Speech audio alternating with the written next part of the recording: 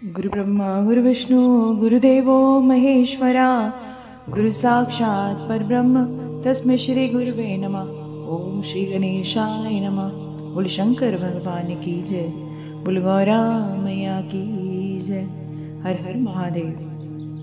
5 कार्यों का प्रतिपादन, प्रणव मंत्र और पंचाक्षर मंत्र में क्या अंतर है और उसका क्या महत्व है, और ब्रह्मा विष्णु द्वारा भगवान शिव की स्तुति और उनका शिव का अंतर ध्यान हो जाना। ब्रह्मा और विष्णु ने पूछा कि प्रभु, सृष्टि आदि 5 कार्यों के कृत्यों के 5 कार्यों के क्या लक्षण हैं, ये हम दोनों को बताइए। भगवान शिव कहते हैं, मेरे कर्तव्यों को समझना अत्यंत गहन है।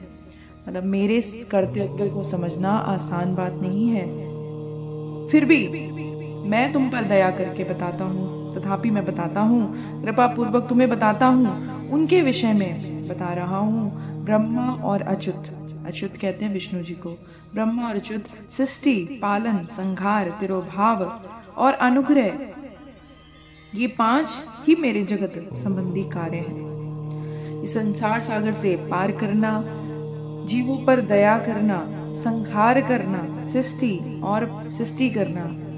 सारे जीव जैसे पैदा हो रहे हैं, सृष्टि, पौधा अंकुर से फूटता है, पौधा बनता है, ये सारे काम जो है सृष्टि की रचना के हैं। और पालन करना, फिर जब वो आ गए हैं तो उनका पालन पोषण कैसे होगा, वो सब कौन देखते हैं? शिव के 5 कार्य हैं। 5 ही मेरे जगत संबंधी कार्य हैं जो नित्य सिद्ध है। संसार की रचना का जो आरंभ है उसी को सर्ग या सृष्टि कहते हैं। जब सृष्टि आरंभ होती है उसी को सर्ग या सृष्टि कहते हैं। मुझसे पालित होकर सृष्टि का स्थिर रूप से रहना ही उसकी स्थिति है। जो अच्छे से पालन पोषण हो रहा है, आगे बढ़ रही है, तो उसका मतलब स्थिति होता है। और जब उसका विनाश हो जाता है, उसका विनाश ही संहार है। प्राणों के उत्क्रमण को तिरोभाव कहते हैं और इन सबसे छुटकारा मिल जाने को अनुग्रह कहते हैं, मतलब मोक्ष। इस तरह से मेरे 5 कृत्य हैं। सृष्टि आदि 4 कृत्य हैं, ये मेरे 5 कार्य हैं। और सृष्टि आदि जो 4 कार्य हैं ना, ये वे संसार का विस्तार करने वाले हैं। 5वां जो अनुग्रह मोक्ष हेतु है, यह सारा मुझ में ही अचल भाव से स्थिर है। ये सब शिव ही देते हैं। मेरे भक्तजन इन 5 कार्यों को 5 भूतों में देखते हैं। 5 अवस्थाएं कहते हैं ना, भूतकाल, भविष्य काल, वर्तमान काल, ये सारे भूतों में मेरे भक्तजन इन कार्यों को देखते हैं। सृष्टि भूतल में, स्थिति जल में, और संसार अग्नि में, और तिरोभाव वायु में, और अनुग्रह आकाश में स्थित है। तो कहते हैं इनकी स्थिति कहाँ पर है? सृष्टि जो है वो भूतल पर है, स्थिति जल में है, और संहार अग्नि में है, तिरोभाव वायु में है, और अनुग्रह आकाश में स्थित है। पृथ्वी से सबकी सृष्टि होती है, जल से सबकी वृद्धि होती है, और जीवन की रक्षा होती है। आग सबको जला देती है, और वायु सबको एक स्थान से दूसरे स्थान पर पहुंचा देती है। अगर वायु ना हो तो आप अपना एक पैर भी नहीं उठा सकते। आकाश सबको अनुग्रहित करता है। और विद्वान पुरुषों का विषय इसी रूप में जानना चाहिए। और जितने भी विद्वान पुरुष हैं वह विषय इसी रूप में जानना चाहिए। इन 5 कार्यों का भार वहन करने के लिए मेरे 5 मुख हैं। शिव के 5 मुख हैं, और कहते हैं शिव कि मेरे ये 5 मुख इन 5 कार्यों को करने के लिए हैं। 5 दिशाओं में मेरे जो 4 मुख हैं, इनके बीच में जो 5वां मुख है, पुत्रो, तुम दोनों ने तपस्या करके प्रसन्न हुए मुझ परमेश्वर से सृष्टि स्थिति नामक 2 कार्य प्राप्त किए हैं। अब कहते हैं जो 5 कार्य मैं करता था, वो 2 कार्य मैंने तुम्हें दे दिए हैं। तुम दोनों मुझे बहुत प्रिय हो। ब्रह्मा विष्णु जी से कह रहे हैं कि तुम मुझे दोनों बहुत प्रिय हो। और इसी प्रकार मेरी विभूति स्वरूप रुद्र और महेश्वर, मैं 2 अन्य उत्तम कृत्य संहार और तिरोभाव मुझसे ही प्राप्त किए हैं। अब जो शिव है वो किसके बारे में बात कर रहे हैं? रुद्र और महेश्वर। हम सब सोचते हैं शिव एक ही है। अब यहाँ आपको पता चलेगा शिव पुराण में कि शिव एक नहीं है, शिव 3 है। जो ज्योति स्वरूप निराकार स्वरूप है महेश्वर का, वो शिव हैं। रुद्र हैं जो संहार करते हैं और जो मोक्ष देते हैं। जो शिव पार्वती का जोड़ा जो है, एक है रुद्र और काली और एक है शिव और पार्वती, वो तिरोभाव करते हैं, मोक्ष देते हैं, और जो संहार करते हैं वो रुद्र है। और वो दोनों ही शिव जैसे लगते हैं, उनमें कोई भी अंतर नहीं है। शिव और उनमें कोई अंतर नहीं, उन्हीं से ही, उन्हीं के अंश हैं। परंतु अनुग्रह नामक कृत्य दूसरा कोई नहीं कर सकता। वो कहते हैं संहार और तिरोभाव जो है मुझसे प्राप्त किए हैं। इन दोनों ने, रुद्र और महेश्वर ने। महेश्वर तिरोभाव करते हैं और जो अनुग्रह है, मोक्ष है, वो सिर्फ कोई नहीं दे सकता। रुद्र और महेश्वर अपने कर्म को भूले नहीं हैं, वो अपने काम को भूले नहीं है, इसलिए मैंने उनके लिए अपनी ही समानता प्रदान की है। मेरे ही समान वो लगते हैं। वे रूप वेश कृत्य कार्यों में, वाहन में, आसन में, आयुध आदि में मेरे ही समान है। जिस तरह मेरे पास सब कुछ है, मैं जैसा लगता हूँ बिल्कुल वैसे ही लगते हैं। मैंने पूर्व काल में अपने ही स्वरूप भूत मंत्र का उपदेश किया है। वो कहते हैं मैंने बहुत पुराने वक्त में जो पूर्व काल में अपने ही स्वरूप का, जो मेरे ही समान है, ऐसे मंत्र का उपदेश दिया है। वो मंत्र कौन सा है? जो ओंकार के रूप में प्रसिद्ध है, जिसे ओंकार कहते हैं। क्या मंत्र? ओम। यह महामंगलकारी मंत्र है। सबसे पहले मेरे मुख से ओंकार प्रकट हुआ है, जो मेरे ही स्वरूप का बोध कराने वाला है, साक्षात शिव समान है। ओंकार वाचक है और मैं वाच्य हूँ। यह मंत्र मेरा स्वरूप है। प्रतिदिन इसका, ओंकार का निरंतर स्मरण करने से मेरा ही स्मरण होता है। अब ओंकार इतना पावरफुल है, जो लोग ओम का उच्चारण करते, सुबह सुबह उठकर जो योगा अभ्यास करते हैं, प्राणों को प्राणायाम करते हैं, ओम का उच्चारण करते, साक्षात शिव का ही ध्यान करते हैं। और आगे हम पढ़ेंगे कि शिव पुराण में अगर जो योग भी ओम का बोलते हुए करते हैं, उनको भी मोक्ष मिल जाता है। मेरे उत्तरवर्ती मुख से आकार का, पश्चिम की तरफ जो मेरा मुख है उससे उकार का, दक्षिण मुख से मकार का, और पूर्ववर्ती मुख से बिंदु का, और मध्यवर्ती मुख से नाद का प्रकट हुआ है। ये पूरा मिलाकर ओम बनता है और इस तरह से ओम प्रकट हुआ है। इस प्रकार से 5 अवयवों से युक्त ओंकार का विस्तार हुआ है। इन सभी अवयवों से एकीभूत होकर इन सब अवयवों को मिलाकर ओंकार नामक एक अक्षर हो गया है। यह नाम रूपात्मक सारा जगत और वेद उत्पन्न स्त्री पुरुष वर्ग दोनों कुल इस प्रणव मंत्र से ही व्याप्त हैं। सारा जगत जो है, जितने भी स्त्री हैं, पुरुष हैं, जीव हैं, सारे मिलाकर प्रणव मंत्र से ही उत्पन्न हुए हैं। यह मंत्र शिव और शक्ति दोनों का ही बोधक है।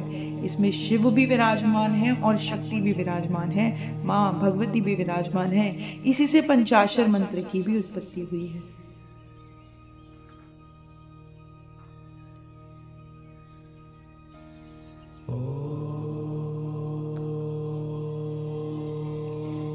इसी पंचाक्षर मंत्र की उत्पत्ति, यह मंत्र शिव और शक्ति का बोधक है और इसी पंचाक्षर मंत्र की उत्पत्ति हुई है। इन्हीं दोनों से पंचाक्षर मंत्र की उत्पत्ति हुई है। मेरे सकल स्वरूप का बोधक भी है। मेरे सकल स्वरूप का, मेरे जो साकार रूप का यही प्रतीक है। यह कार आदि क्रम से, मकार आदि क्रम से प्रकाश में आया है। ओम नमः शिवाय, यही है पंचाक्षर मंत्र। इस पंचाक्षर मंत्र से मात्र का वर्ण प्रकट हुए हैं, जो 5 भेद वाले हैं। इनमें 5 तरह के भेद जो हैं वो इस प्रकार से हैं। उसी से शिरो मंत्र सहित त्रिपदा गायत्री मंत्र का भी प्रकट हुए हैं। इनसे गायत्री माता का भी इसी मंत्र से वो प्रकट हुई हैं। इस गायत्री से संपूर्ण वेद प्रकट हुए हैं। सारे वेद भी गायत्री माता से प्रकट हुए हैं। उन वेदों से करोड़ों मंत्र निकले हैं। फिर उसके बाद करोड़ों मंत्र इन्हीं से निकले हैं, गायत्री से निकले हैं। इन मंत्रों से भिन्न भिन्न अलग अलग कार्यों की सिद्धि हो जाती है। अलग अलग कार्य से सिद्ध होते हैं। जो बहुत सारे उपाय हैं वो इन मंत्रों से अलग अलग कार्यों की सिद्धि के लिए अलग अलग तरह के मंत्र बनाए गए हैं। परंतु इस प्रणव और पंचाक्षर, प्रणव हो गया ओम और पंचाक्षर हो गया ओम नमः शिवाय, पंचाक्षर से संपूर्ण मनोरथों की सिद्धि हो जाती है। ये सारे मंत्र इसी से निकले हैं, लेकिन अगर आप यही जप कर लेते हैं ओम का या पंचाक्षर मंत्र का, फिर तो आप जो भी मंत्र करेंगे उसको करने की जरूरत ही नहीं है, सभी की सिद्धि हो जाती है, उसी से सिद्धि हो जाती है। और अगर आप जैसे आगे आपको पता चलेगा कि ये मंत्र करने की क्या विधि है और मंत्र करने की क्या विधि है, इस मंत्र करने से सारे सिद्ध क्यों हो जाते हैं। इस मंत्र समुदाय से भोग और मोक्ष दोनों सिद्ध हो जाते हैं। मेरे साकार रूप से संबंध रखने वाले सभी मंत्र राज साक्षात भोग प्रदान करने वाले और शुभ कारक मोक्ष प्रद है। वो कहते हैं कि मेरे साकार रूप से संबंध रखने वाले, जो उनके साकार रूप से संबंध रखने वाले जितने भी मंत्र बनाए गए हैं वो भोग प्रदान करने वाले हैं, शुभ कारक है, मोक्ष भी देते हैं। नंदीश्वर कहते हैं जगदम्बा पार्वती के साथ बैठे हुए गुरुवर महादेव जी उत्तर की तरफ मुख करके बैठे हुए ब्रह्मा और विष्णु को पर्दा करने वाले वस्त्र से आच्छादित करके अब उनके मस्तक पर अपना कर कमल रखकर धीरे धीरे उच्चारण करके उन्हें उत्तम मंत्र का उपदेश दिया। जैसे मंत्र रखकर, पर्दा रखकर और फिर उनके कान में धीरे धीरे उन्होंने मंत्र की दीक्षा दी। मंत्र तंत्र में बताई हुई विधि के पालन पूर्वक 3 बार मंत्र का उच्चारण करके उन्होंने 3 बार उनके कान में मंत्र बोला और भगवान शिव ने उन दोनों शिष्यों को मंत्र की दीक्षा दी। मंत्र की दीक्षा ऐसे देते हैं गुरु अपने बच्चों को, शिष्य को। फिर उन शिष्यों ने गुरु दक्षिणा के रूप में अपने आप को ही समर्पित कर दिया शिव के चरणों में। दोनों हाथ जोड़कर उनके पास खड़े हो गए और उन देवेश्वर जगत गुरु की स्तुति करने लगे, उनका भजन करने लगे। ब्रह्मा और विष्णु बोले कि प्रभु आप निष्कल हैं, निराकार हैं, आपको नमस्कार है। आप निष्कल तेज से प्रकाशित हुए, निराकार तेज से प्रकाशित हुए हैं, आपको नमस्कार है। आप सबके स्वामी हैं, आपको नमस्कार है। आप सर्वात्मा है, सबकी आत्मा है, सबके अंदर निवास करते हैं, आपको नमस्कार है। सकल स्वरूप है, साकार रूप है, आप महेश्वर को नमस्कार है। आप प्रणव के वाचार्थ हैं, आप प्रणव के वाचार्थ हैं, आपको नमस्कार है। आप प्रणव लिंग वाले हैं, आपको नमस्कार है। सृष्टि पालन संहार तिरुभाव अनुग्रह करने वाले, आपको नमस्कार है। आपके 5 मुख हैं, आप परमेश्वर को नमस्कार है। पंच ब्रह्म स्वरूप 5 कार्य करने वाले, आपको नमस्कार है। आप सबकी आत्मा है, ब्रह्म है, आपके गुण और शक्तियां अनंत हैं, आपको नमस्कार है। आप सकल हैं, निष्कल हैं, 2 रूप हैं, आप सदगुरु शंभु हैं, आपको नमस्कार है। महेश्वर बोलते हैं आद्रा नक्षत्र से युक्त चतुर्दशी को प्रणव का जप किया जाए तो वह अक्षय फल देने वाला है।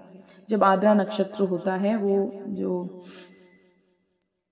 आप कैलेंडर में देख सकते हैं या फिर किसी पंडित से भी वो मुहूर्त निकलवा सकते हैं कि कब होता है। आद्रा नक्षत्र से युक्त चतुर्दशी जब आती है, महीने की जो चतुर्दशी दिन पड़ता है, उस दिन प्रणव का जप किया जाए तो वह अक्षय फल देने वाला होता है। उस दिन बैठकर जब ओम का जप किया जाता है तो वह फल ऐसा फल होता है कि जिसका कभी नाश नहीं होता। अक्षय मतलब वो कभी समाप्त नहीं होता। सूर्य की संक्रांति से युक्त महाआद्रा नक्षत्र में एक बार किया हुआ प्रणव जप कोटि गुना जब फल देता है कि उसकी कोई गिनती नहीं, कोटि गुना फल देता है। मृगशिरा नक्षत्र का अंतिम भाग और पुण्य वसु का आदि भाग पूजा, होम, तर्पण आदि के लिए सदा आद्रा के समान ही होता है। यह जानना चाहिए, मेरा या मेरे लिंग का दर्शन, मेरा या शिवलिंग का दर्शन प्रातः काल करने से, प्रातः और सनगव मध्य काल में करना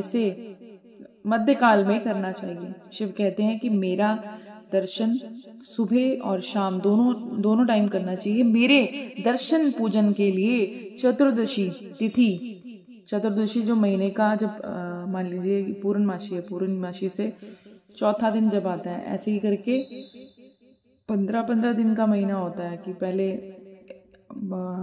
अमावस तक चलेगा, फिर पूर्णमासी तक चलेगा, ऐसे करके जो चौथा दिन पड़ता है चतुर्दशी तिथि नित्य व्यापनी है और प्रदोष व्यापनी है। प्रदोष का व्रत भी आपने देखा होगा, उस महीने में आता है, क्योंकि परवर्तनी तिथि से युक्त चतुर्दशी की प्रशंसा की जाती है। ये जो चौथा दिन होता है ना, उस दिन बहुत अच्छे से पूजा की जाती है। शिव की पूजा करने वालों के लिए मेरी मूर्ति, उनकी जो शिव रूप मूर्ति है और शिवलिंग दोनों ही समान है, दोनों में से किसी एक की भी पूजा वो कर सकते हैं। फिर भी मूर्ति की अपेक्षा शिवलिंग का महत्व सबसे ऊंचा है। इसलिए मुमुक्ष पुरुषों को, समझदार पुरुषों को मूर्ति से भी श्रेष्ठ समझकर हमेशा शिवलिंग का पूजन करना चाहिए।